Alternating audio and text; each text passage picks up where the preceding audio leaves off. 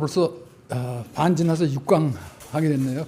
꼭 반 했고 오늘서부터 6강, 7강, 8강 해서 10강까지 할 텐데, 사실은 그 이제까지의 강의는 왕양명 사상의 준비 단계라고 할 수 있습니다.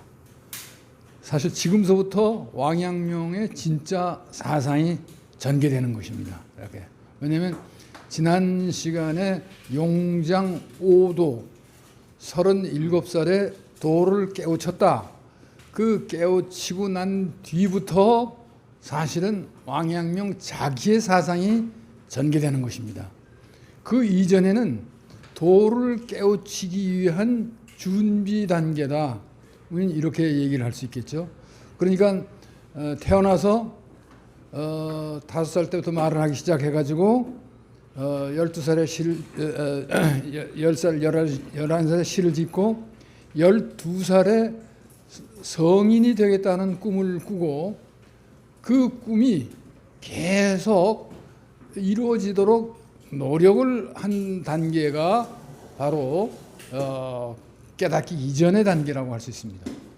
그러니까 성인이 되겠다고 하는 그런 것은 아마 끝까지 죽을 때까지 그 놓치지 않는, 왜냐하면 그러한 것이 왕양명의 그 사상인 것 같습니다. 그러니까 그런 점에서 왕양명의 사상은 이 37세 이전과 이후로 나눠질 것 같습니다. 그래서 용장의 깨달음 이후에 바로 왕양명의 중요한 사상이 그 전개되는데, 맨 처음에 전개되는 것이 지행합일입니다. 그래서 왕양명 하면 지행합일부터 우리는 많이 교과서에서 배웠는데, 바로 초창기의 단계가 지행합일이고, 그리고 맨 끝의 단계가 치양지, 양지를 현실에 실현한다. 왜냐하면 우리 일상생활 속에서 양지를 실현하는 게 치양지입니다. 왜냐하면 그것이 지행합일의 다른 버전이기도 합니다. 그러니까 처음 깨달은 게 지행합일서부터 해가지고 그 뒤에 치양지에 이르는 과정이 왕양명 사상의 핵심이다. 이렇게 우리는 얘기할 수가 있을 것입니다. 그러니까 왕양명은 바로 깨달은 뒤에 다행히 한 5, 6년 동안 상당히 이 벼슬을 하면서 한가하게 지내면서, 한가하기보다는 벼슬을 하면서 제자들을 가르치는 강학 시기였습니다. 그리고 5년 뒤에 난을 평정하는 그런 시기가 있고, 그 다음에 그 신호의 난, 이게 국가의 그 뭐냐면 난을 평정하는 그런 시대가 있습니다. 그래서 우리가 연보를 이렇게 지난번에 한번 계략을 쭉 했지 않습니까? 그래서 37세 이렇게 있고 용장 5도 이후, 그 다음에 38세 귀주 제학부사 석원산이 주륙 동의를 질문하는 데 대해서 왕양명은 이때 지행합일로 대답하고 처음 자기 학설을 내는 것입니다. 그 다음에 강서 여릉지현으로 제수되고, 그때 유군이 주살되고, 유군이 주살된 뒤에 남경 형부 사천 청리사 주사가 되었고, 그 다음에 그 40세, 그 41세, 43세까지 그 45세 비로소 도찰원 좌첨도사, 순무, 남공, 장정 등에 그 제수돼 가지고 이때 도적대를 소탕하는 일을 하는 게 46세입니다. 그 다음에 47세에 이두, 대모선의 이두를 평정하고, 그 다음에 48세에 영왕 주신호의 반란을 43일 만에 평정을 하게 됩니다. 그리고 50세에 뭐냐면 치양지설을 50세에 비로소 제청하게 됩니다. 그러니까 요 치양지는 양지를 어떻게 실현하느냐 할 때 양지는 본체고 치는 공부 방법입니다.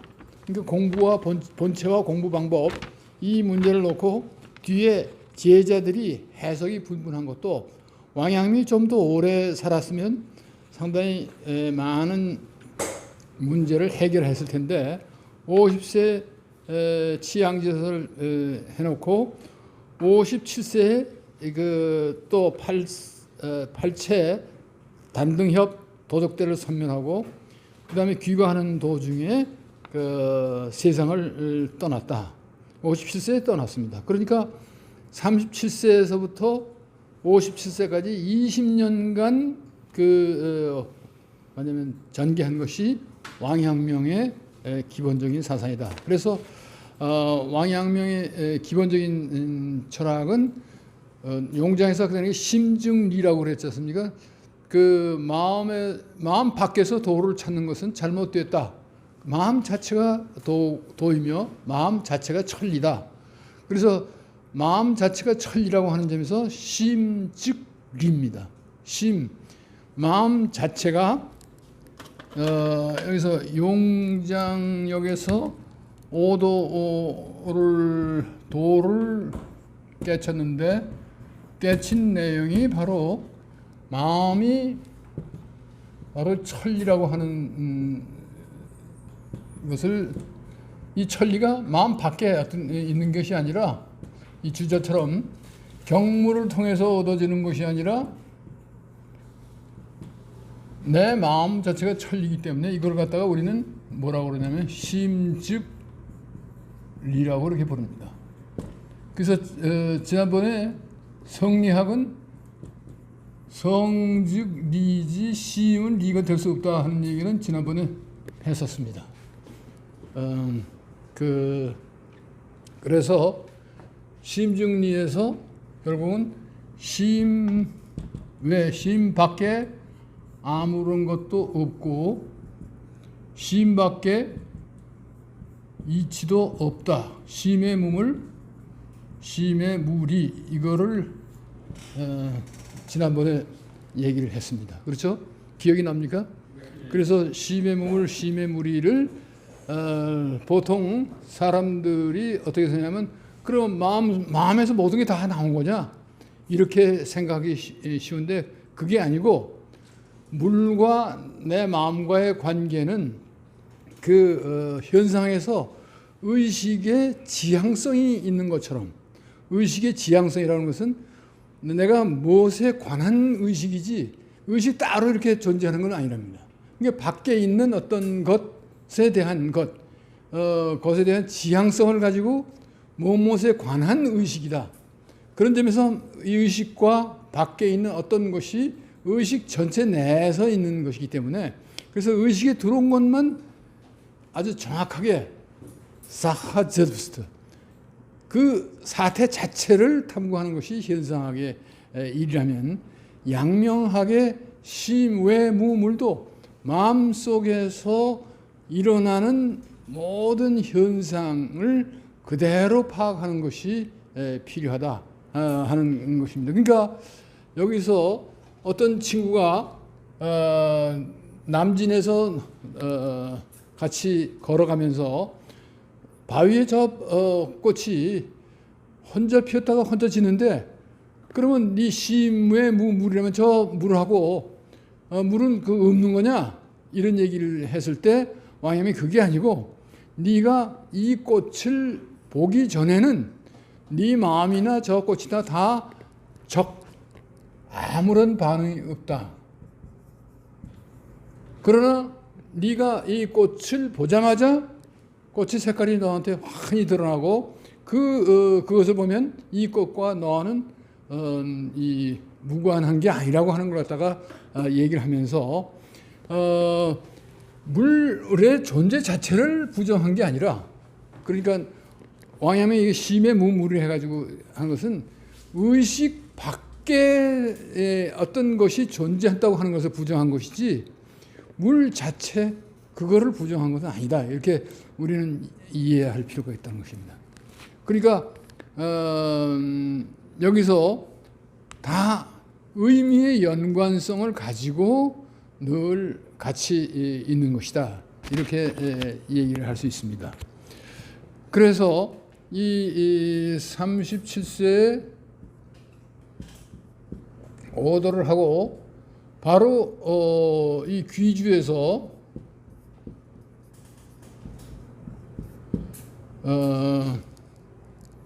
있을 때 그 깨달았다고 하는 얘기를 들은 그 당시에 말하자면 귀주의 교육감 정도 아마 되는 것 같습니다. 요새 말하면 석서라고 하는 사람이 찾아와 가지고 자기 나름대로의 질문을 하게 됩니다. 주자한테.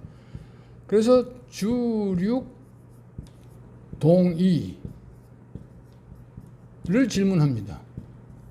그러니까 주륙 동의가 결국은 이 송명리학의 송대, 명대, 리학의 상당히 중요한 같고 다른 점이 뭐냐, 주자하고 육상산하고 같고 다른 점이 뭐냐 하는 걸 갖다가 질문을 했던 것입니다. 그래서 주자는 그 성중리고 육상산은 심중리입니다. 이렇게 가지고 그 견해를 달리 했던 것입니다. 그래서 이러한 것이 송말서부터 시작해 가지고 원대를 거치면서 명초까지, 그러니까 명초에 그 석서라고 하는 어떤 오늘 말하면 교육감 비슷한 사람이 명대 이 주륙 동의를 질문한 겁니다. 왜냐하면 이 석서는 상당히 육학 쪽에, 육상산 학문 쪽에 관심을 많이 가지고 있었기 때문에 그렇습니다. 근데 대개 주자하고 육상산의 공부 방법에 있어서 주자는 도문학 이쪽에 관심을 둔다면 육상산은 존덕성에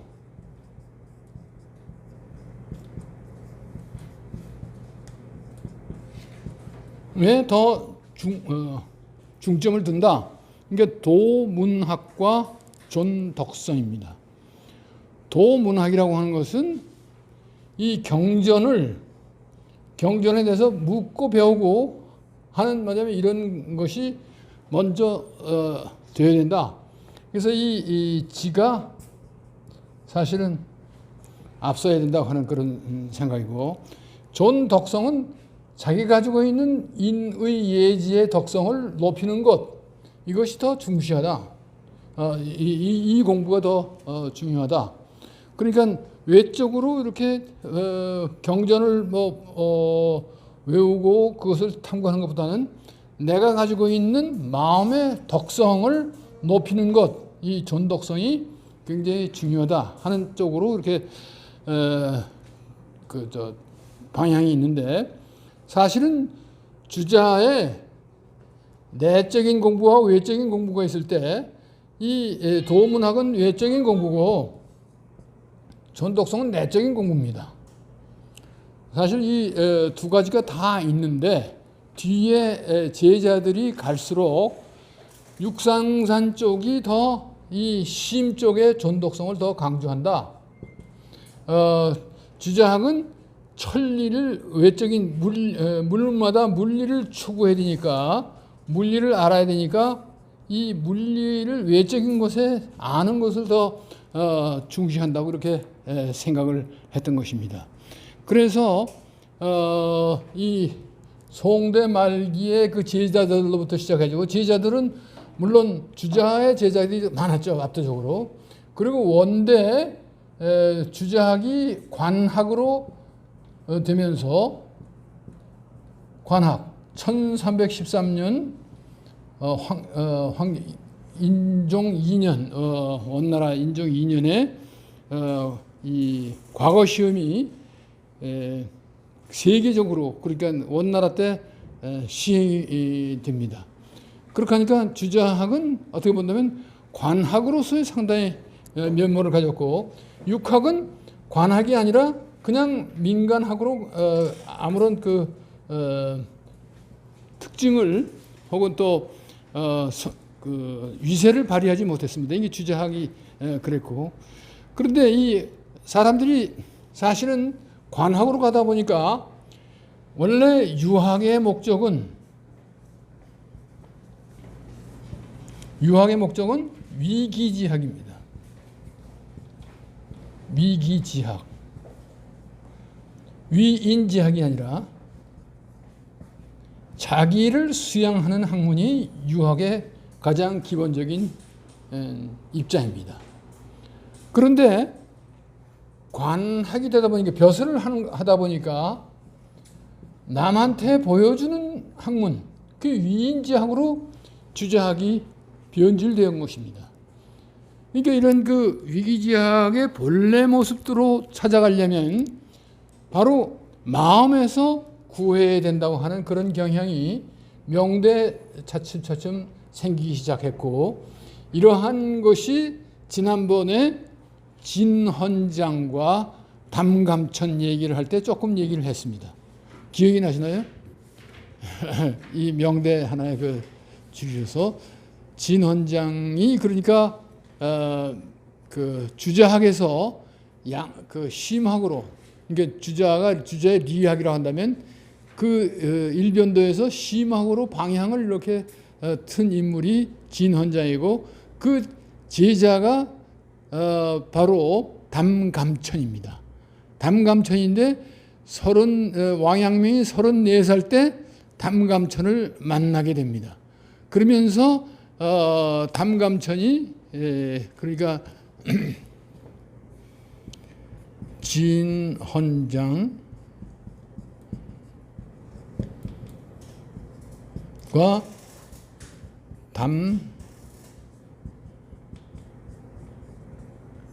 아유 참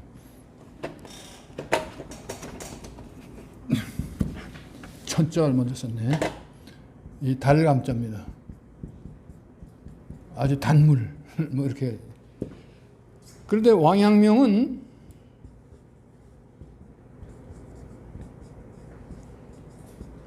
서른네 살 때 담감천을 만납니다. 담감천은 그때 그 당시에 40세였습니다. 그래서 이 시임 쪽으로의 전환, 이쪽의 방향을 틀게 되고, 왕양명 34살 때 바로 그것을 이렇게 접해가지고 주자학에서의 그 방향 전환을 사실 이미 그 담감천이라든가 이런 사람을 통해 가지고 알게 됐지만, 사실은 35살에 정장을 맡고 유군의 횡포에 의해서 뭐냐면 임금 앞에서 볼기 받는 거, 이거 40대 맞고 감옥에 있다가 귀양을 가가지고 37살에 깨닫게 되는 것입니다. 그러니까 이 심학은 바로 그렇게 깨닫게 되는 것인데, 이 진헌장은 바로 육상산의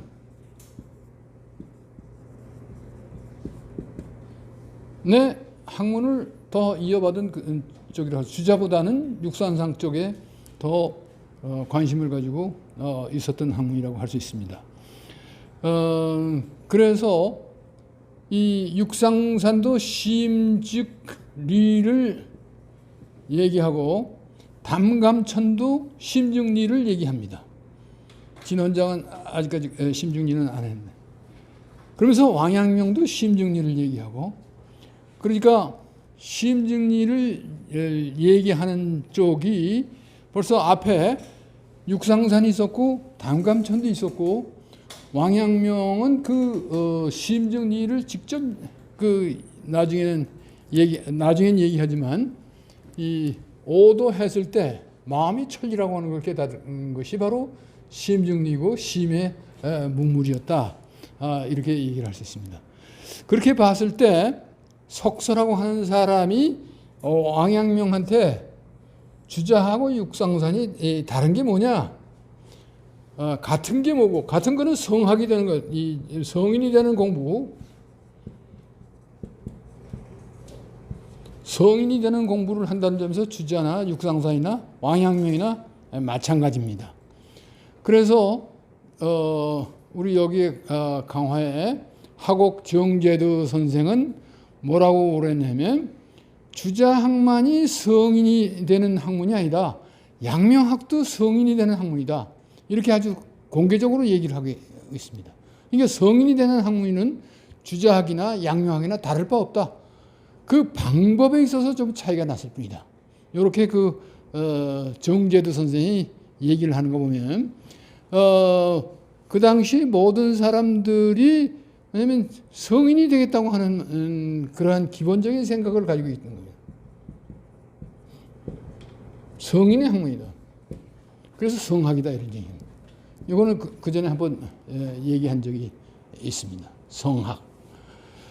그렇게 했을 때 이 동은 성인이 되는 학문은 같고, 이는 뭐냐면 방법에 있어서 도문학을 더 중시하느냐. 그러니까 경물치지를 하는 그 주자학이 도문학에 관심이 있다면, 육상사는 도문학보다는 바로 이 존덕성에 더 관심을 가지고 있었다. 그래서 이쪽이 차참 심학화되면서, 심학이 발달되면서 이 명대 초기에 이 심의 문제에 더 관심을 가지면서 존덕성이 더 중시됐다, 이렇게도 볼 수가 있습니다. 근데 명대 초기에는 이 왕위 찬탈이 일어나고 성조가, 왜냐하면 조카를 물리치고 그 왕위를 빼앗아 북경 근처에 있는 왕인데 그 왕이 찬탈을 하게 됩니다. 그랬을 때 그때 방효유라고 하는 유명한 그 유학자가, 명망 있는 유학자가 있었습니다. 그 유학자의 그 조서를 받아야만 그 황제로서의 자격을 가질 수가 있었습니다. 그만큼 세력이 컸는데, 방효유한테 내가 황제라는 것을 인정하라 그러니까, 아니다, 오히려 연나라 도적이다, 연적이라고 하는 것 갖다 딱 써가지고 그 성조를 놀라게 합니다. 그렇게 하니까 너를 죽이겠다, 이렇게 구족을 멸하겠다 이렇게 했습니다. 구족 아니라 10족을 멸해봐라. 내가 항복하겠나. 그래서 구족은 들어봤습니다. 구족은 다 알잖아요. 친가, 처가, 척가 이렇게 가지고 이렇게 봤을 때 구족의 3족에서 구족은 되는데 10족은 뭔가 이렇게 했을 때 알았다. 제자들이다. 그래서 제자들을 엄청나게 죽였습니다. 사실은 이 명나라 초기에. 그러니까 유학자들이 많이 씨가 말라갈 정도로 많이 죽였습니다. 그러니까 이 성조는 이 과거를 시험을 봐야 되는데, 과거 시험을 볼 때 이 대전 체제를 가지고 만들었습니다. 대전. 그러니까 성리, 대전, 사소, 대전, 오경, 대전. 그래서 이같이 사소, 오경, 성리, 이 대전 체제를 만들어서 여기 안에서 시험을 출제를 하게 돼. 과거 출제를 하고, 그것도 형식도 팔고문의 형식을 가지고 있다. 그러니까 이 고라고 하는 것은 다리처럼 8개 이렇게 해가지고 양쪽 줄이 딱 들어맞게끔 형식을 취해서 이 자체 내에서 시험을 봤던 것입니다. 그러니까 과거 시험이라고 하는 것은 하나의 출세를 위한 형식이지, 자기 자신을 닦는 것과는 관계가 없는 쪽으로 변해 갔던 것입니다. 그러니까 주자학은 완전히 더 관학화되는 거예요. 관학으로 변한 것입니다. 근데 이 왕양명은 바로 관학이 아니라 민학으로서의 등장을 했던 것입니다. 민학.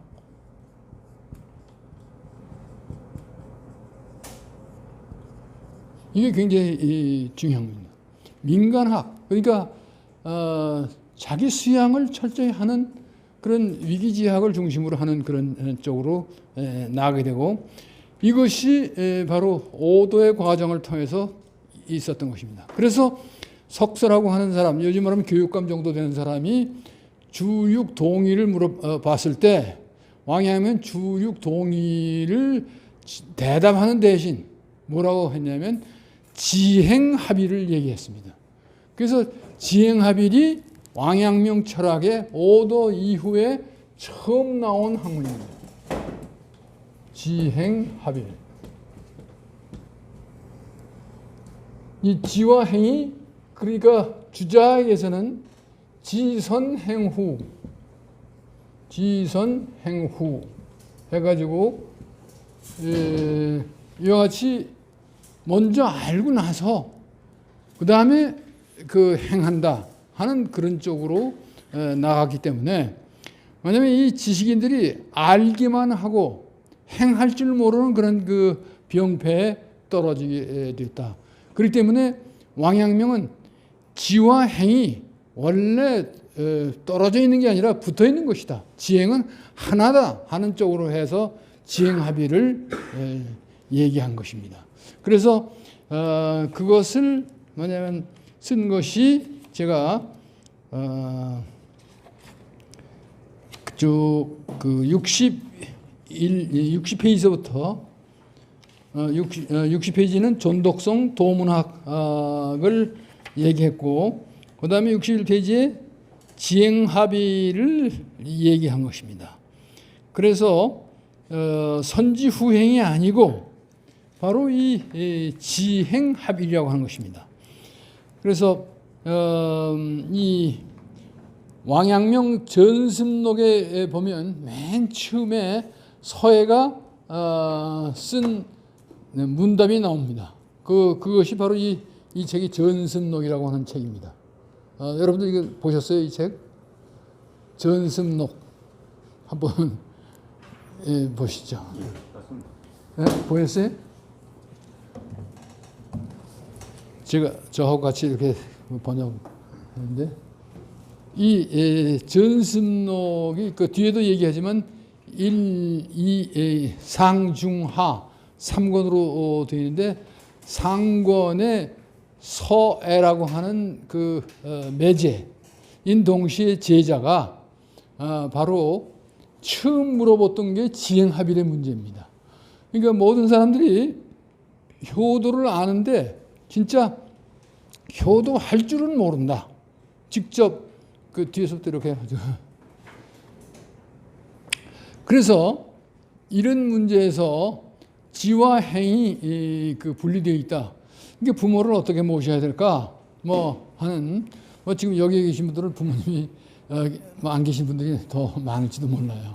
그러나 하여튼 어쨌든 그 부모님을 어떻게 그 모셔야 할까 하는 그런 그 문제는 어떤 형식이 따로 있는 게 아니라 사실은 자기 형편대로 그것을 뭐냐면 실천하면 되는데, 그 실천하지 못했기 때문에 그 효도하는 그 의식과 효도하는 행위가 분리되어 있다.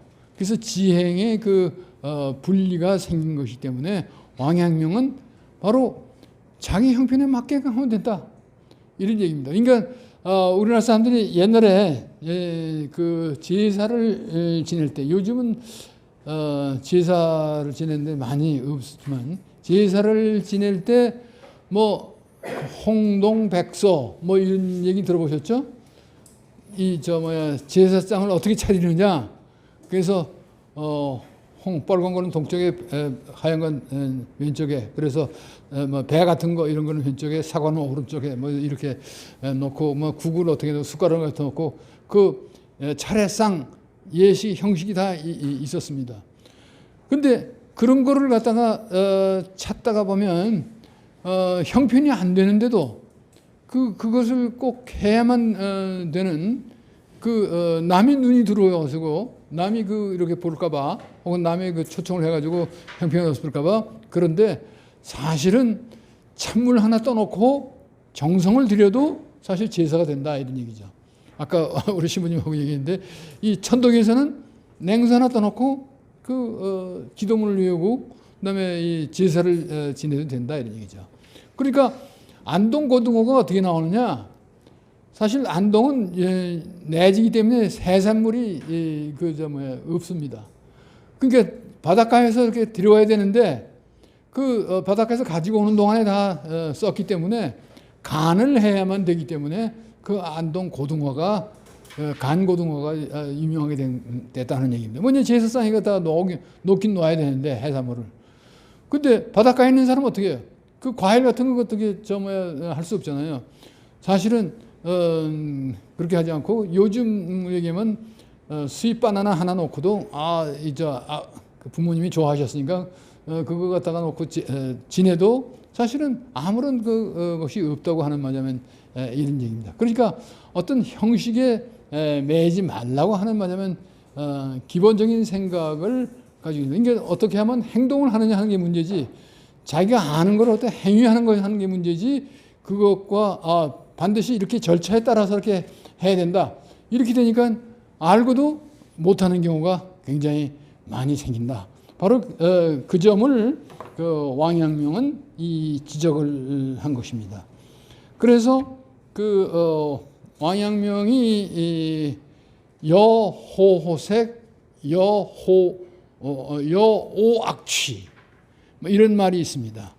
그러니까 이 지행합의를 얘기할 때 지금 굉장히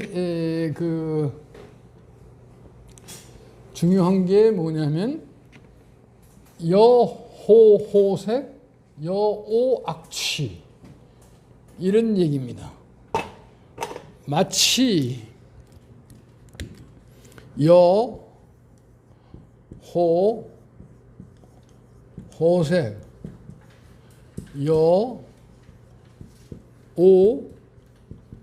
여오악취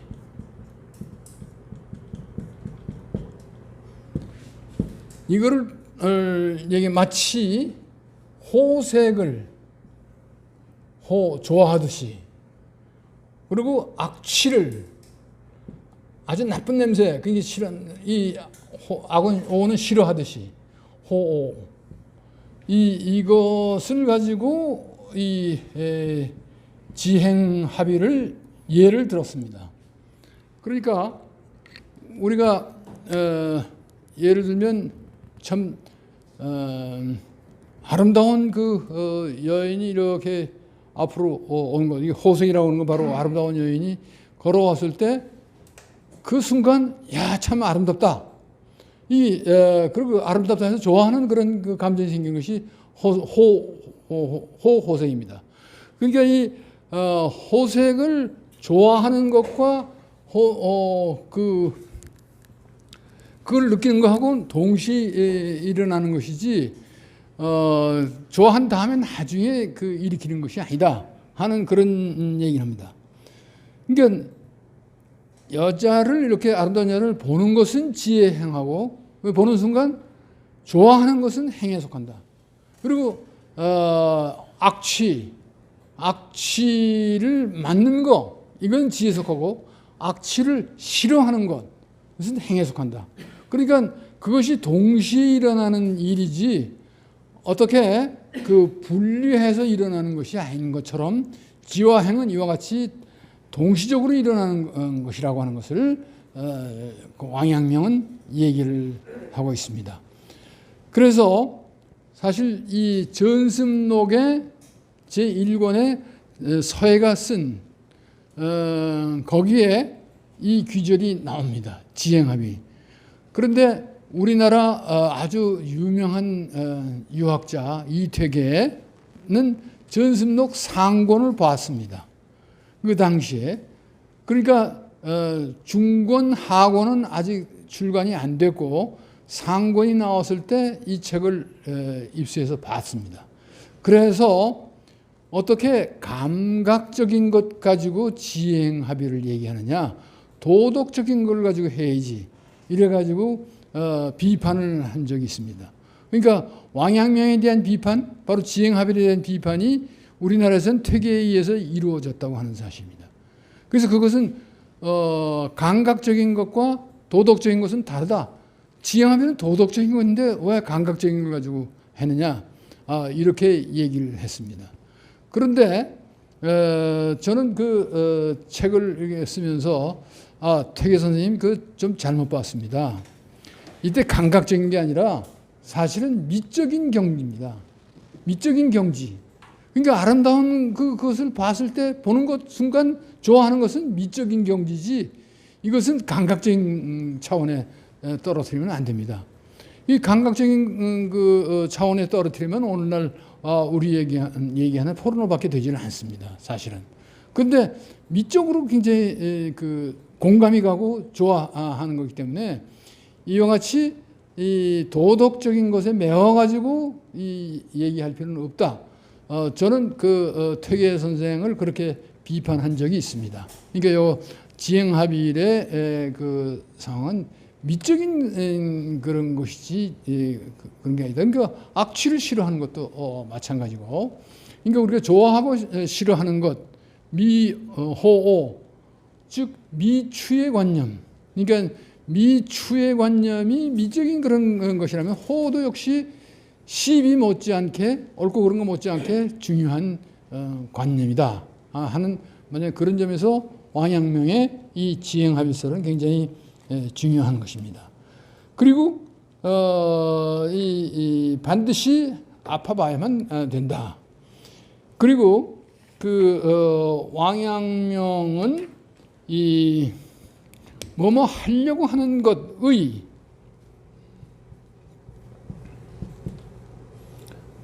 의 속에 벌써 행이 있다. 뭐뭐를 하려고 하는 그것 자체가 벌써 행이다. 그러니까 성경에 이 생각, 그 음심을 품는 그것 자체가 죄다 하는, 뭐냐면 그런 것이 있을 때, 그걸 보면 왜 그렇게 했을 때 보면 이 나쁜 생각을 품는 것 의도 이 자체가 벌써 행위의 시작으로 보기 때문에 그런 것입니다. 그러니까 왕양명은 바로 그런 것이다. 그래서 불교에 우리의 업이 있는데, 업이라고 하는 것은 내가 늘 쌓아가는데, 내가 행위로서 쌓아가고 말로서 쌓아가고 혹은 또 생각으로 쌓아간 겁니다. 신, 구, 의. 그러니까 이 불교에서 신, 몸으로, 입으로, 생각으로, 이것이 카르마,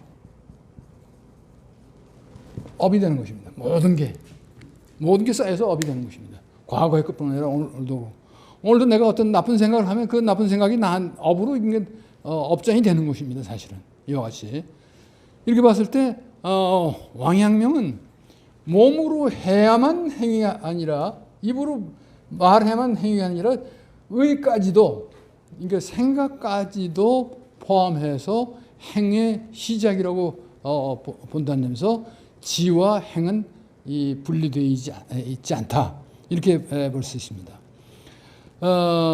그래서 이 지와 행을 말한 것은 62페이지를 보면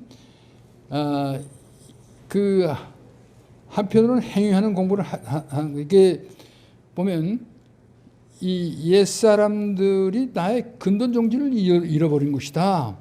그러니까 그것은 뭐냐면 지와 행이 나눠진 것은 이 사욕이, 개인적인 욕심이 그 지와 행을 나누어 버렸기 때문에 내가 어떤 행위를 하려도 내 개인적인 욕심이 들어가지고 내가 알고 있어도 그걸 저지하는 못하기 때문에 욕망이 거기 끼어 들어있기 때문에 지행이 단절됐다. 왕양면 그렇게 보는 것입니다. 그래서 왕양명은 어떻게 생겼냐면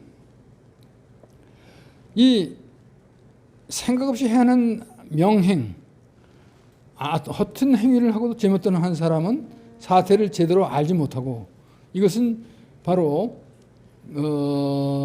지행이 이렇게 있을 때 62페이지에 보면 세인들이 한쪽에 치우치는 것을 갖다가 구제하기 위해서 이 선지 후행을 비판한 것입니다. 그래서 지금 한 생각이 발동한 것이 바로 행위라는 점을 알려고 한 것이다.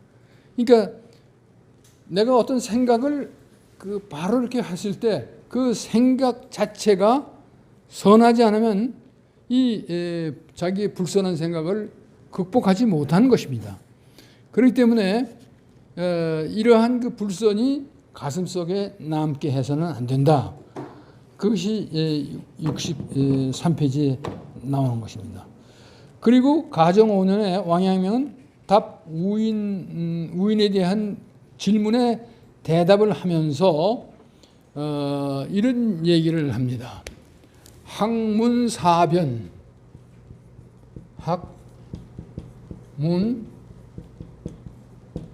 학문사변, 그 다음에 행. 그러니까 이게 중용에 나오는 얘기입니다. 중용이 뭐냐면 박학, 신문, 신사,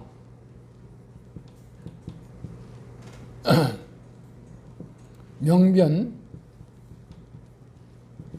그 다음에 독행.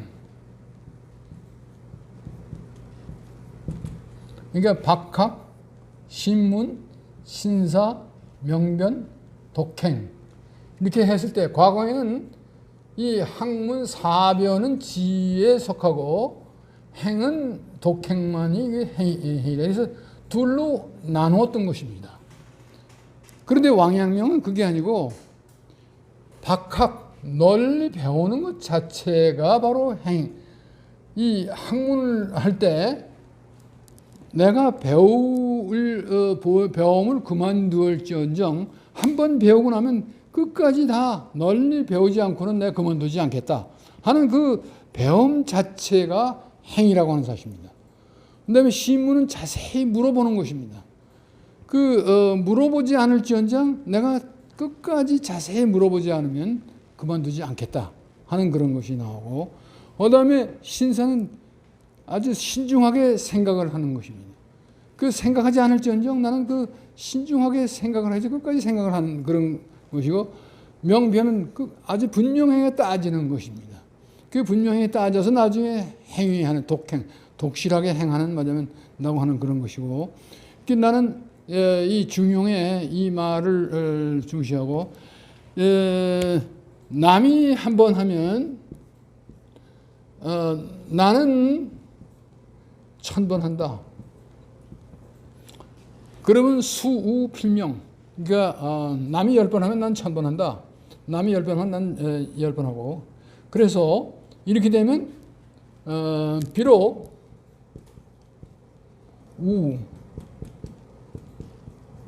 어리석지만 반드시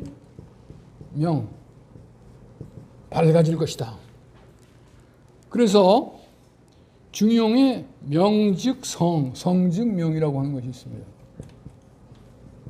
성명. 이 밝아진다는 것은 사물에 대해서 아주 표리정조로 환하게 아는 것을 우리는 명이라고 하는 말을 씁니다. 이와 같이 수우 어리석지만 남이 10번 해서 나는 1000번 한다. 10번 했으면 나는 그 행위를 1000번까지 해서 반드시 그걸 이루고 만다 하는 만약 이런 태도를 가지면 비록 어리석지만 나중엔 반드시 밝아진다. 환하게 밝아진다고 하는 것입니다. 그만큼 부단하게 중용은 노력을 굉장히 중시했던 것입니다.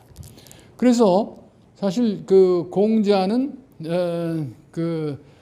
생이지지, 학이지지, 고니지지, 고니불학. 타고날 때부터 그 무슨 아는 것 천재죠. 그다음에 배워가지고 그 무엇을 아는 거, 이 보통 사람이죠. 그런 고니지지 아주 애써서 그걸 결국 아는 거, 이것도 우리가 보통 사람이죠. 근데 고니불학, 아무리 애써도 배우지 못하는 그런 사람이 있다. 하우라고 얘기합니다. 바로 그 어리석은 사람이라고 그러는데, 중용은 바로 하우라고 하는 얘기를 안 씁니다. 그러니까 고니불학이라는 말을 안 쓰고 고니지지까지만 얘기합니다. 그러니까 곤해서, 아주 곤이라고 하는 것은 곤경하다. 그러니까 아주 곤란한 그런 경우를 갖다가 얘기합니다. 이 고니지지해서 내가 비록 어리석지만 노력을 하면 반드시 환하게 밝아질 수 있다 하는 그러한 얘기를 통해서 저는 이 귀절을 굉장히 좋아합니다. 왜냐하면 내가 금방 팍팍 아는 그런 것이 아니고 몇 번 봐야만 겨우겨우 알기 때문에, 그래서 이것이 나한테 맞는 소리구나. 그래서 저는 중용의 이 귀절을 수필명을 굉장히 좋아합니다. 나같이 어리석은 사람도 공부를 하면 좀 되겠구나 하는 그런 자신감을 주게 되는 것입니다. 그러니까 처음부터 잘하는 사람은 없다 이렇게 됩니다. 이게 그 중요해 주는 굉장히 중요한 교훈이라고 할 수 있습니다. 그래서 이러한 입장에서 의의가 바로 뭐뭐 하려고 하는 것, 내가 배고파서 뭐 먹으려고 하는 것, 이것 자체가 행위라고 하는 것입니다. 그러니까 행은 따로 이렇게 있는 게 아니라 바로 의도하려고 하는 그 자체가 행이 벌써 의도 속에 포함이 되기 때문에 지와 행은 분리되지 않는다고 하는 것이 뭐냐면 지행합일의 중요한 취지라고 얘기를 할 수 있습니다. 그래서 석서가 맨 처음에는 지행합일을 얘기하니까 시큰둥하고 돌아갔습니다. 왜 내가 주륙동에 대해서 얘기했는데 그건 알려주지 않고 지행합일을 얘기해. 그래서 이 지행합일은 왕양명이 용장에서 깨달은 다음 처음 강의하는 그런 것입니다. 그렇게 했을 때 돌아갔는데 나중에 한 4월에 때 다시 돌아왔습니다. 그래서 강의를 듣고 보니까 상당히 일리가 있어가지고 그 다음에는 학생들, 자기 제자들을 데리고 와서 왕양명한테 더 배우고 지행합일을 더 깊이 배웠다는 그런 말이 있습니다. 그러니까 이 용장에서 귀주 석서 한테서 강의한 내용이 바로 이 지행합일이고, 이러한 입장에서 왕양명의 지행합일은 첫 번째 깨달아고 난 다음에 첫 번째 가르침이다 이렇게 볼 수 있습니다. 그리고 한 2년 만 2년 동안 용장의 어려운 시련을 끝내고 처음으로 벼슬길에 오르게 됩니다. 여릉이라고 하는 지현으로 가게 됩니다. 여릉은 강서성에 있는 곳인데, 오늘 제가 사실 먼저 지도를 이렇게 봤습니다. 지도 가져오셨죠? 지도 보면 남창 있고 강서성 있지 않습니까? 호남성 장사에게 이 강서성의 길 안이라고 하는 데가 있어요. 길 안에 조그만 현이 여릉현입니다. 그 여릉현의 지현, 현을 다스리는 임무를 맡고 왕양이 처음 부임을 하게 됩니다. 부임하게 되다 보니까 부임하자마자 보니까 자기가 아주 시끄럽게 1000명 이상 관가에 몰려 들어왔어요. 내 억울한 사정을 좀 들어주십시오 하고 그냥 몰려 들어왔습니다. 그렇게 했을 때 주위의 관리들은 다 내쫓으라고 이렇게 했을 때 왕이하면 그렇지 않고, 내가 이 지연에 온 것은 부모나 마찬가지로 그런 태도를 취해야지, 자녀들이 뭘 요구하는데 내가 내치면 안 된다. 다 사정을 잘 들어봐야만 되겠다. 그래가지고 사정을 들어보니까 이 여릉현에는 갈포가 나진 않습니다. 가리라면 칡이 나와야 갈포를 만드는데 갈포가 나지 않는데 중앙에서는 준 세금으로 갈포에 해당되는 은을 103냥이나 매달 바쳐야만 됩니다. 각 집마다 다. 그렇게 하니까 이 부담이 준 조세니까 이거 부담하기도 어렵고, 그 다음에 또 이 특산물을 갖다가 바치는데 한 3,800양 정도 이 산에서 나오는 걸 갖다가 바치게 했는데, 그 다음에는 2배로 만 양을 요구한 겁니다. 이 3,800, 4,000 정도 된 것을 요구하고 그러니까 백성들이 이 관아에 와가지고 우린 너무나 세금 때문에 못 살겠다. 뭐냐면 이런 얘기를 하고 호소를 하는 겁니다. 그러니까 왕양명은 거기에 차근차근 말할 수 있는 사람은 옆에다 두고 나머지는 돌려보내고, 내가 중앙에다가 이 건의를 해가지고 당신들한테 이런 세금을 감면해 주겠다고 약속을 했습니다. 약속을 했으니까 자기 또 약속을 지켜야 되지 않습니까? 그러니까 자기가 편지를 씁니다. 중앙에다 편지를 쓰고 쓰면서 이러한 딱한 사정이 있으니까 감면해 주십시오 하는 편지를 쓰면서, 잘못하면 또 유군한테 아직까지 황건이 집권하고 있는 그런 상태에서 분리할 좌천되거나 그렇게 될 염려가 있기 때문에 자기는 벼슬을 안 해도 괜찮다. 나는 집에 돌아가가지고 편히 쉬어도 괜찮다는 그런 심정으로 그렇게 했던 것입니다. 근데 나중에 그게 허락을 받아서 감면도 시켜졌고, 그러니까 여릉현 사람들한테는 굉장히 아주 다행이었습니다. 근데 여릉현 사람들이 상당히 송사를 많이 했습니다. 송사는 관아에다가 다 일러 바치고, 뭐냐면 이러한 자질구레한 거 전부 다 송사를 했던 것입니다. 그렇게 했을 때 왕양명은 그 송사를 하는 사람들의 내용을 이렇게 보니까 별거 아닌 거 가지고 송사를 하기 때문에 그러지 말고 여기서 도덕 교육을 시키면서 그러한 송사를 중지하도록 만드는 그런 과정이 나왔습니다. 그래서 그런 것이 고유 여릉 분호 자제서, 이게 바로 65페이지 이렇게 보면 64페이지 나오나, 고유 알린다, 알려서 깨닫게 한다.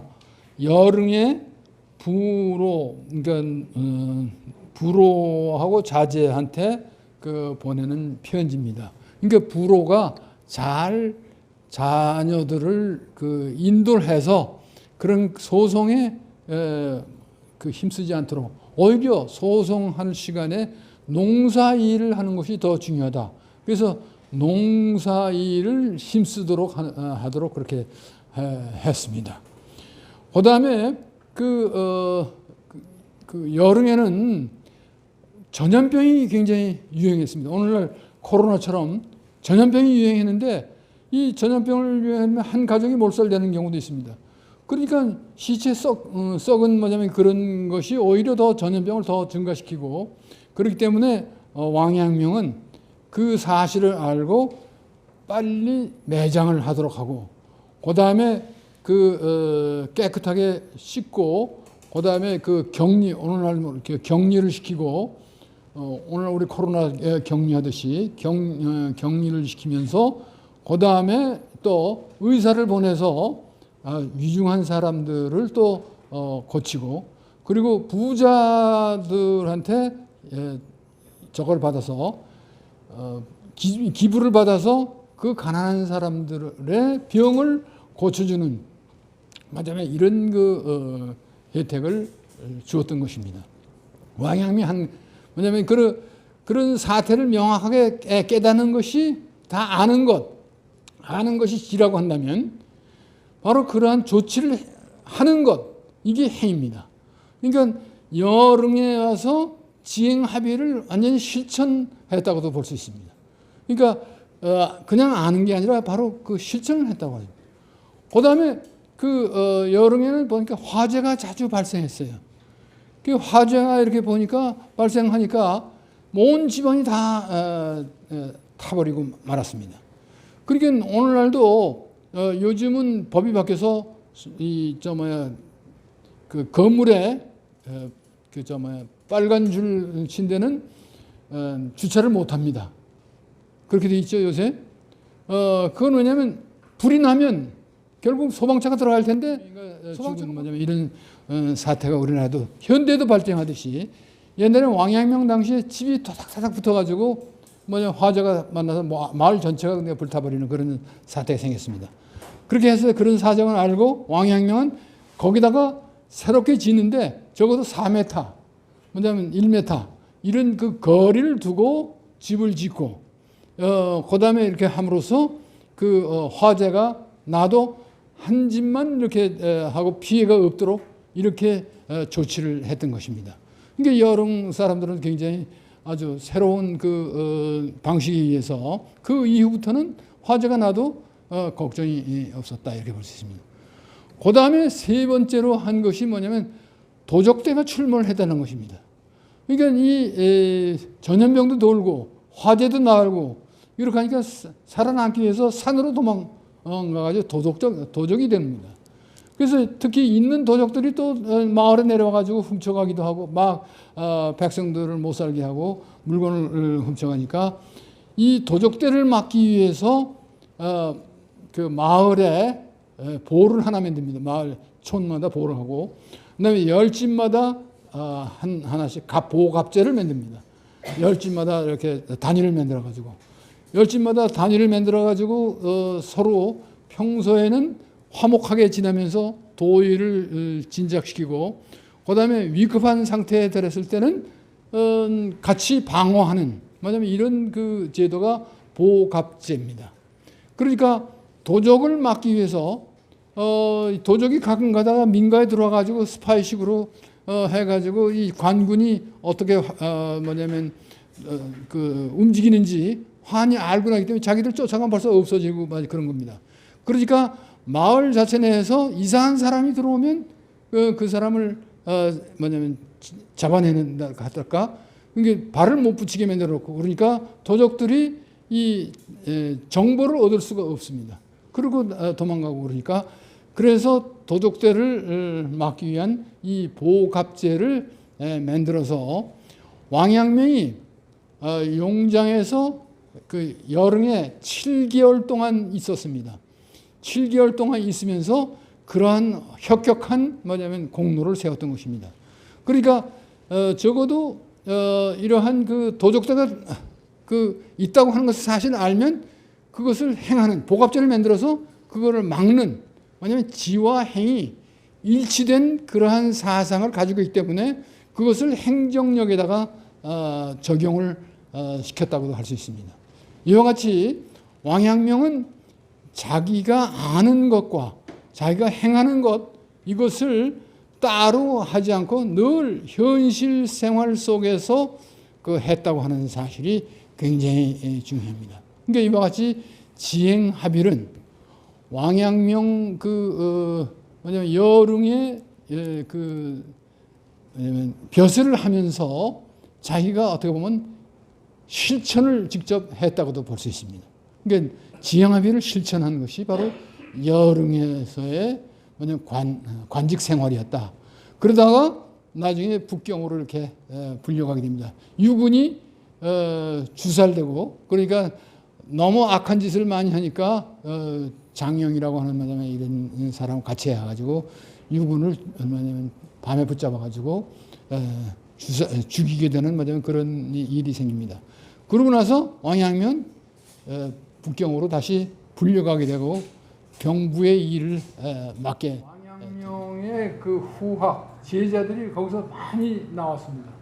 그래서 기란양명학 혹은 그 여여양명학자들, 그래서 추동곽이라든가 구양남야라든가 혹은 또 이 섭상강, 그다음에 또 여러 그 제자들이 왕양명의 그 7개월 동안 있는 동안에 감화를 받고 강의를 듣고 해가지고 바로 그 제자들이 된 사람들이 많이 있습니다. 그러니까 귀주성에서는 그렇게 많지는 않습니다. 왜냐하면 그쪽에는 너무 오지기 때문에 그도 말도 잘 안 통하겠지만, 그러나 이 강서성, 이 기란 쪽도 이렇게 놓으면 상당히 아주 유명한 것이기 때문에 그러한 길안, 그다음에 남창, 그 위에 그 남창이 굉장히 또 중요한 것입니다. 그래서 구강, 그래서 이 왕양명이 구강에서 바로 이 전력을 정비해서 결국 나중에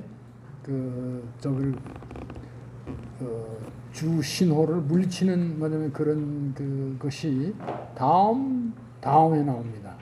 다음에는 어떻게 그 밑에 감주시 밑에 여기에 그 도적대들을 어떻게 토벌하느냐 하는 그런 것이 나오는데, 이 산악이 이렇게 좀 표시가 되면 참 좋을 텐데 산악이 이게 지도에는 잘 표시가 되지 않기 때문에 굉장히 힘듭니다.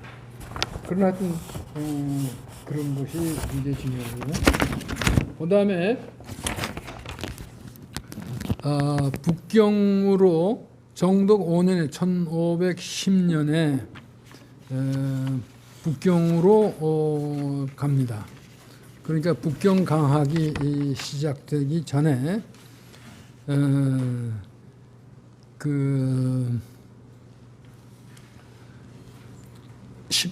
1505년 1510년 여기 1510년 노릉지는 제수돼 가지고 12월 10월 하순 북경의 대흥융사에 거주를 했습니다. 그래서 왕양은 북경에 올라가기 전에 기란 부근에 아까 기란시 있죠? 지안시. 이 부근에 향사사라고 하는 데 머물면서 시를 지었습니다. 그러니까 이제 북경으로 가면서 기란을 떠나면서 지은 세죠. 그래서 그 시가 번역이 되어 있지 않기 때문에 제가 오늘은 준비해서 번역을 해 왔습니다. 새로 지금 오늘 나눠드린 것 중에서 수정 동백리 왕왕향승거 불고영관극 선상위객처 유화성정막 운수접교허 불각니진삽 간산흥유여. 그래서 수정동백리 긴 길 백리를 움직였고 때때로 잠시 절에 거처하면서 사찰의 북소리는 관리의 긴급을 맞이하니 그러니까 잠깐 동안 거기 왕양이 있게 되니까 좌선의 자리는 손님을 위해 비워두었군. 복숭아꽃은 우물에 떨어지고 떠돌아다니는 행각성은 시골 언덕에 발을 붙이며 알지 못한 사이에 진흙먼지에 막혀버렸네. 산을 보니 흥이 저절로 나는구나. 그래서 향사사에서 쉬면서 지은 시입니다. 그래서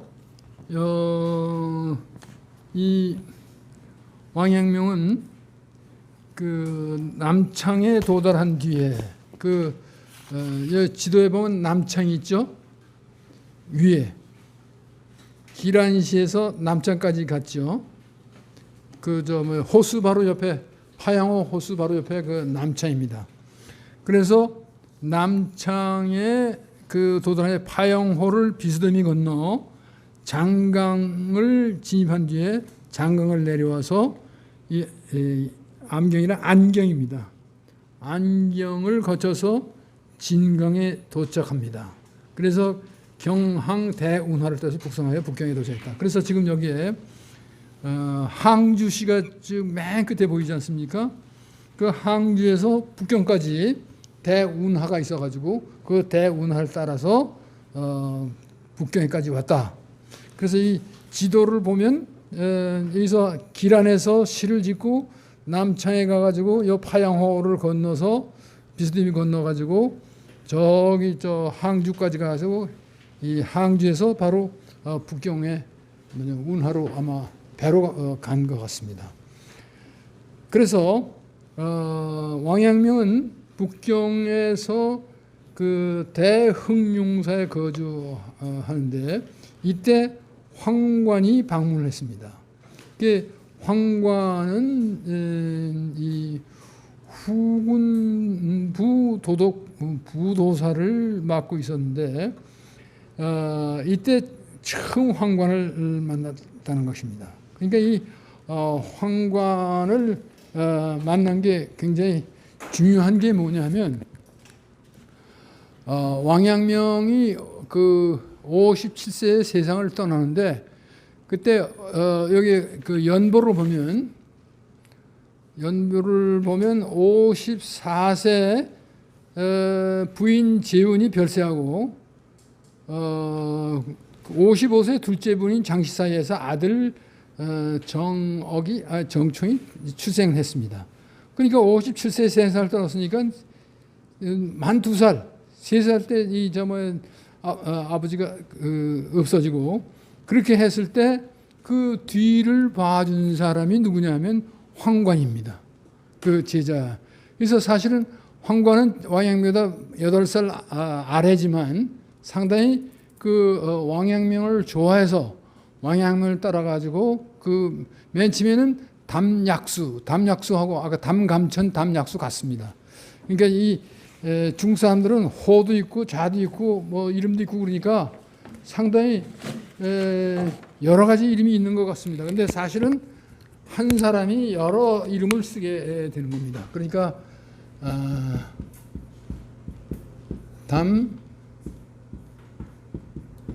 담감천이나 담약수나 마찬가지입니다. 약수는 노자의 상선 가장 뛰어난 그 좋은 것은 뭐냐? 아주 훌륭한 것은 상선 물과 같은 것이다. 그래서 상선 약수에서 바로 이런 약수가 나오고 그다음에 이름이 아주 단 냇물처럼 단 사람입니다. 이게 담감천과 황관과 왕양명이 그때 북경에서 만나게 됩니다.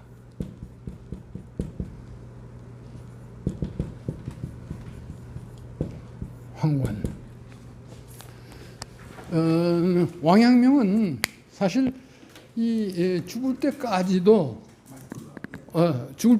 오해를 많이 받고 있는데 이 조정에 왕양명을 시기하는 사람이 많이 있었어요. 나중에 알고 보면 알겠지만 그 신호의 난도 평정을 하고 난 데서부터 왕양명을 헐뜯는 사람이 많이 있었는데 특히 또 그 계악이라고 하는 사람이 특히 더 왕양명을 아주 비판했고 왕양명 일가를 다 몰살시키려고 하는 그런 생각도 가지고 있었기 때문에 황관은 바로 계악과 같이 일을 하면서 사실은 그때 세종 때 효정이 아니라 세종 때 대례의정이 생겼습니다. 대례의장. 이 세종 때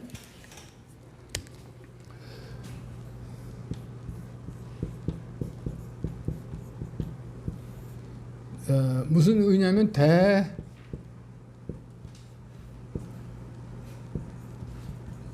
예의 지쟁.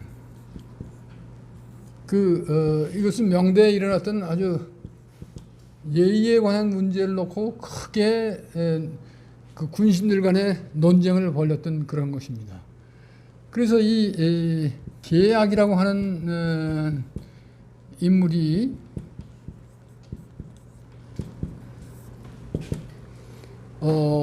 황관과 같이 세종 편에 들어서 대의를 옹호했습니다.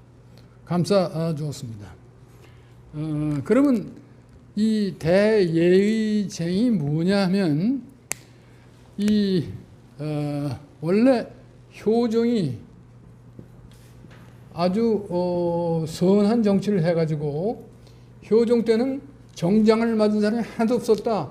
그만큼 그 군신들한테 명망이 있었는데 이 효종의 아들 무종이 15살에 황제가 되면서 이 유분 같은 뭐냐면 이런 사람들 끌어들여서 정치를 완전히 망쳐놨습니다. 근데 후사가 없었습니다. 아들이 없었어요. 아들이 없으니까 무종이 죽자 이 후사를 정하기 위해서 대신들이 의논하고 무종의 부인 장씨가 함께 그 후사를 결정했는데 후사가 바로 세종입니다. 세종은 누구냐 하면 효종의 동생의 아들입니다. 그 동생의 아들이고 그러니까 무종하고는 사촌간입니다. 사촌간. 그러니까 이게 이어지지 못하고 이렇게 있을 때 그때 세종의 아버지는 흥헌왕,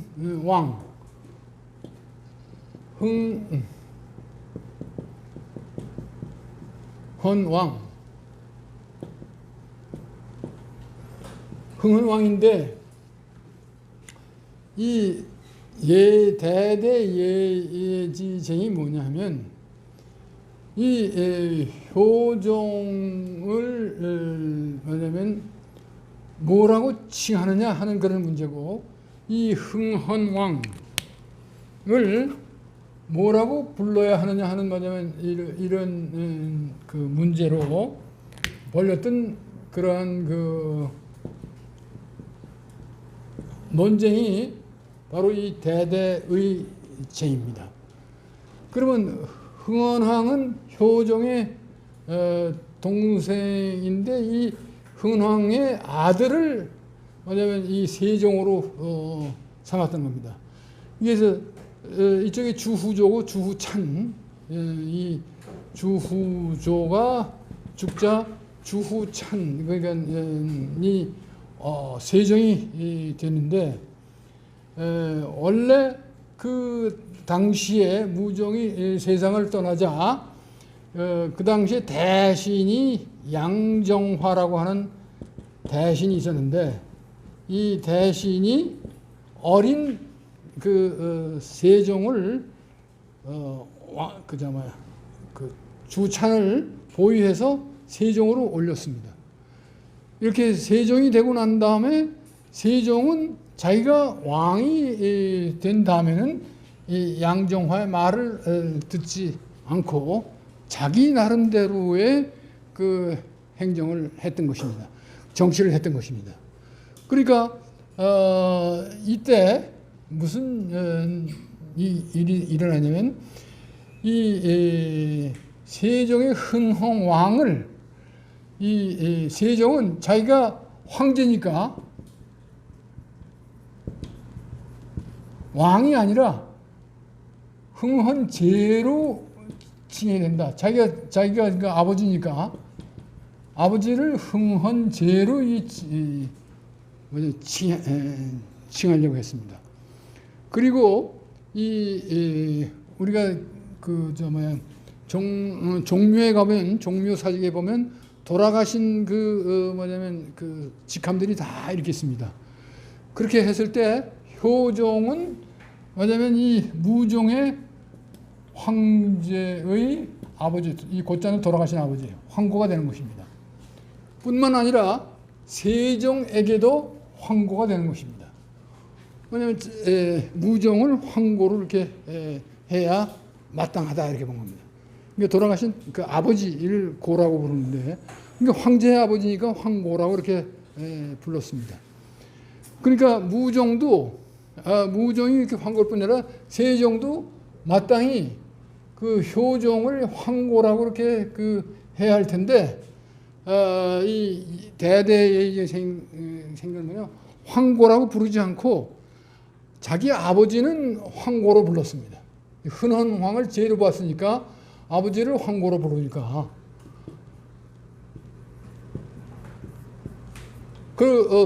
효종은 뭐라고 부르냐면 황백고. 없는 말하자면 황고라고 하는 것이 없는데 황백고라고 불렀습니다. 큰아버지, 큰아버지 황제다 이렇게 본 겁니다. 돌아가신 큰아버지 황제다. 이 고자라고 하는 돌아가신 아버지를 갖다가 뜻하는데 황고라고 안 부르고 황백고라고 불렀습니다. 그래서 이 세종 시대에 이 대신들 간에 이러한 그렇게 해서는 안 된다. 예의대로 따라서 효정을 황고라고 해야지 이런 것은 해서는 안 된다. 그래서 반대파가 있었고 찬성파도 이렇게 있었습니다. 그래서 반대파가 한 200명인데 100여 명이 정장을 받고 10몇 명이 세상을 떠나기도 했습니다. 그러니까 이만큼 그 예의 지정은 굉장히 아주 큰 논쟁이 됐던 것입니다. 그렇게 했을 때 계약이라든가 황과는 세종 편에 들었던 것입니다. 그런데 뒤에 또 나오겠지만 이 기란의 그 왕양명 후학인 그 한 사람은 반대를 했습니다. 그 반대를 한 것이 어디에 나오냐면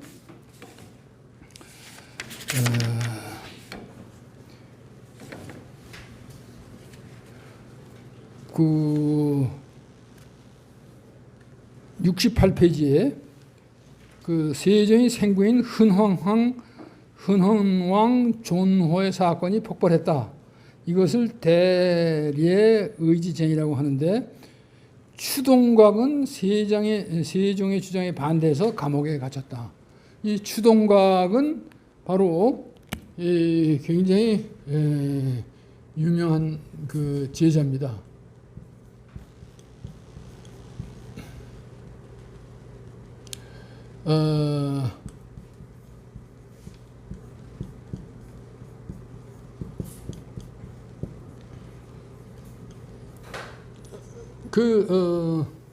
왕양명의 그 제자들 중에서 일본 사람이면 세 파가 있어요. 뭐 8파가 있었고 뭐 6파도 있었고 그런데 세 파로 줄이면 하나는 양지 현성파,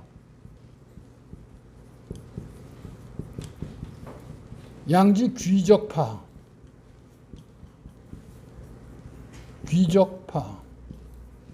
그다음에 중도파. 근데 이 추동곽은 바로 여기도 안 들고 여기도 안 들어가는 중도파다. 이렇게 얘기를 합니다. 그러면서 왕양명이 회시의 그 고관, 시험 관리가 됐을 때 그때 추동곽이 장원급제를 하게 됩니다. 추동곽이. 그러면서 나중에는 왕양명의 아주 둘도 없는 중요한 그 제자가 되면서 왕양명이 세상을 떠나고 현성파, 귀적파, 중도파가 있을 때 어느 한쪽에도 들지 않고 그 중립을 지키면서 정통파라고 또 얘기를 하기도 합니다. 혹은 이 정통파, 양명하게 정통을 지키는 정통파 중에 한 추동곽이 있는데 추동곽이 바로 대례의의 그 논쟁에서 세종을 반대했습니다. 왜냐하면 옛날대로 효종을 그 황고라고 불러야지 황백고 이런 것은 없다. 예의 없는 것이다. 그래서 그것을 비판을 했던 것입니다.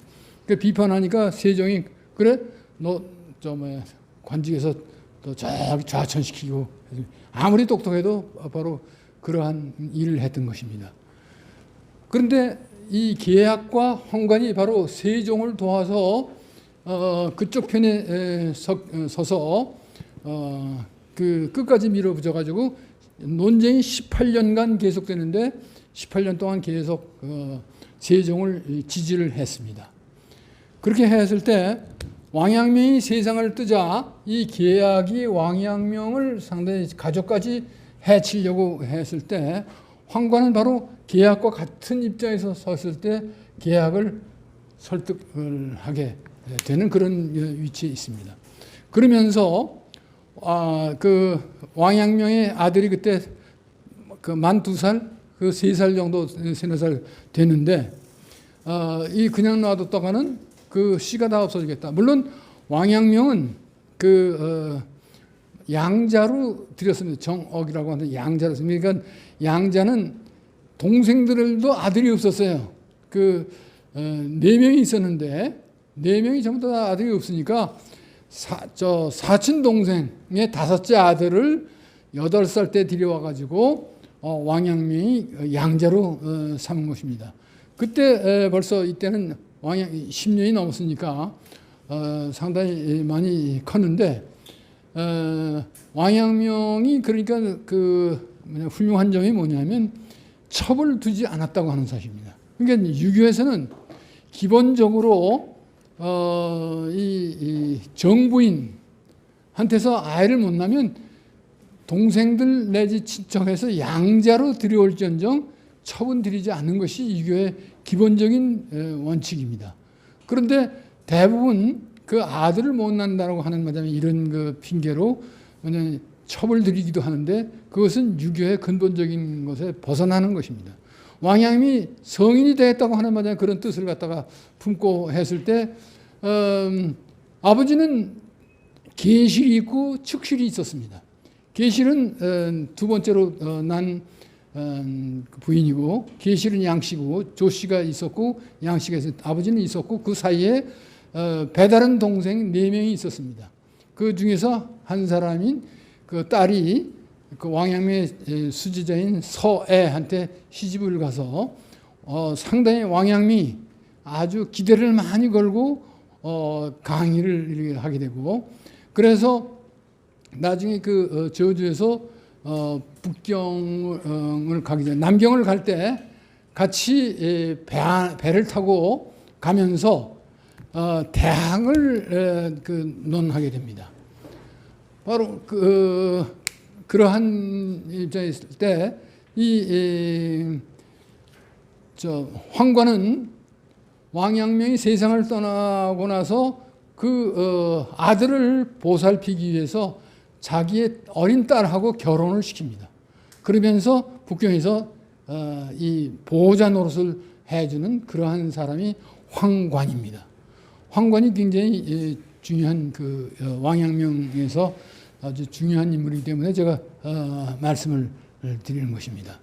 그래서 황관은 맨 처음에는 황관은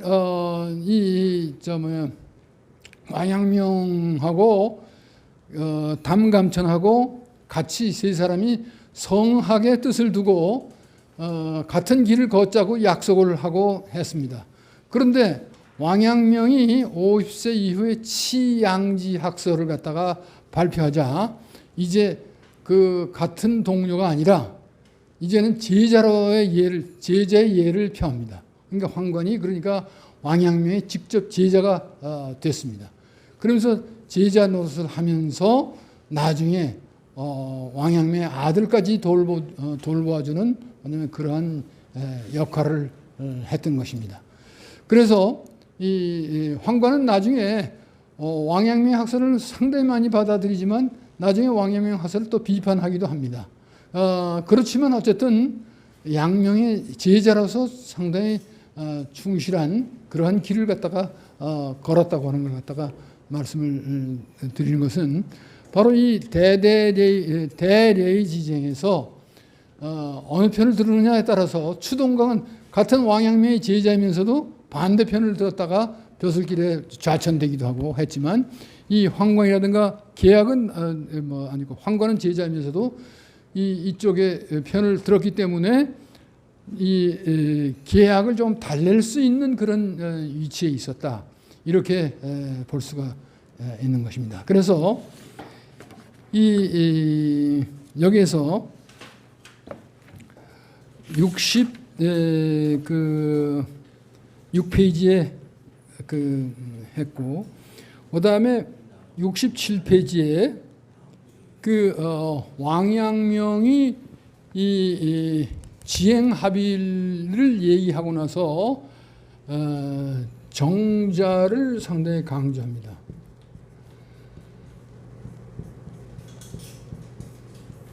정좌. 이 정좌는 주자학에서도 굉장히 중시됐습니다.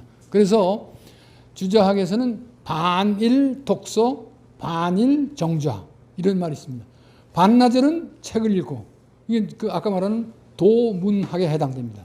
책을 읽고, 그다음에 반나절은 뭐냐면 정좌하는 것입니다. 이게 주자학에서 정좌가 또 굉장히 중시되는데, 왕양명에서는 독서보다는 정좌가 더 중시됐다 이것입니다. 이게 정좌가 중시된다는 것은 뭐냐면 바로 지행합의에서 깨달은 바를 제자들한테 가르치는데, 바로 뭐냐면 여러 가지 잡념들이 많이 생겼을 때 이 잡념을 잘 가라앉히는 그러한 그 방법이 바로 이 정좌입니다. 그러니까 이것은 불교의 어떻게 보면 좌선하고도 비슷합니다.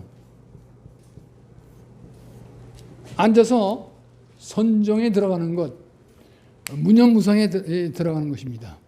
그래서 불교에서 간화선 있고 화두를 주고가지고 그것만 쭉 생각하다 나중에 그 생각까지 다 잊어버리는 이런 경우를 우리는 좌선 입정이라고 이렇게 얘기합니다.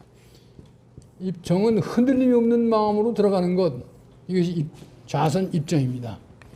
그런데 왕양명이 바로 이 지행합의를 얘기하고 제자들한테 좌선을 가리키고 이 양지를 깨우치는 방법을 가지고 좌선을 정좌를 얘기했더니 마치 그 불교의 좌선처럼 오해를 하게 만들었고, 어떤 사람들은 깨닫기도 전에 마치 뭔가 허황되게 모든 걸 갖다가 경험한 것처럼 얘기도 하고, 또 어떤 사람들은 상당히 조용한 것, 이 정의간이 조용한 것 난 너무 좋아해서 움직이는 것을 싫어하는,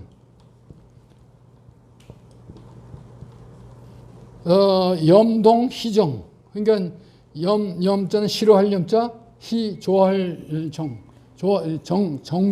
조용한 것만 좋아하고 움직이는 걸 갖다가 싫어하는 그러한 그 경향이 생겼습니다.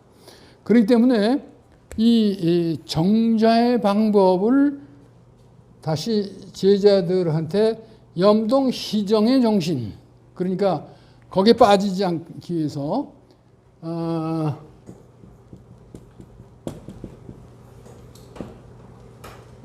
기쁠 희자가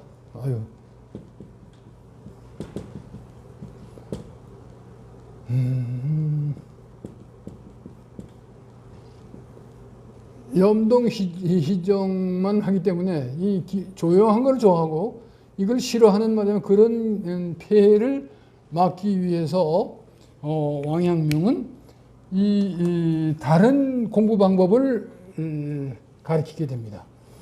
그것이 바로 성찰극치입니다. 성찰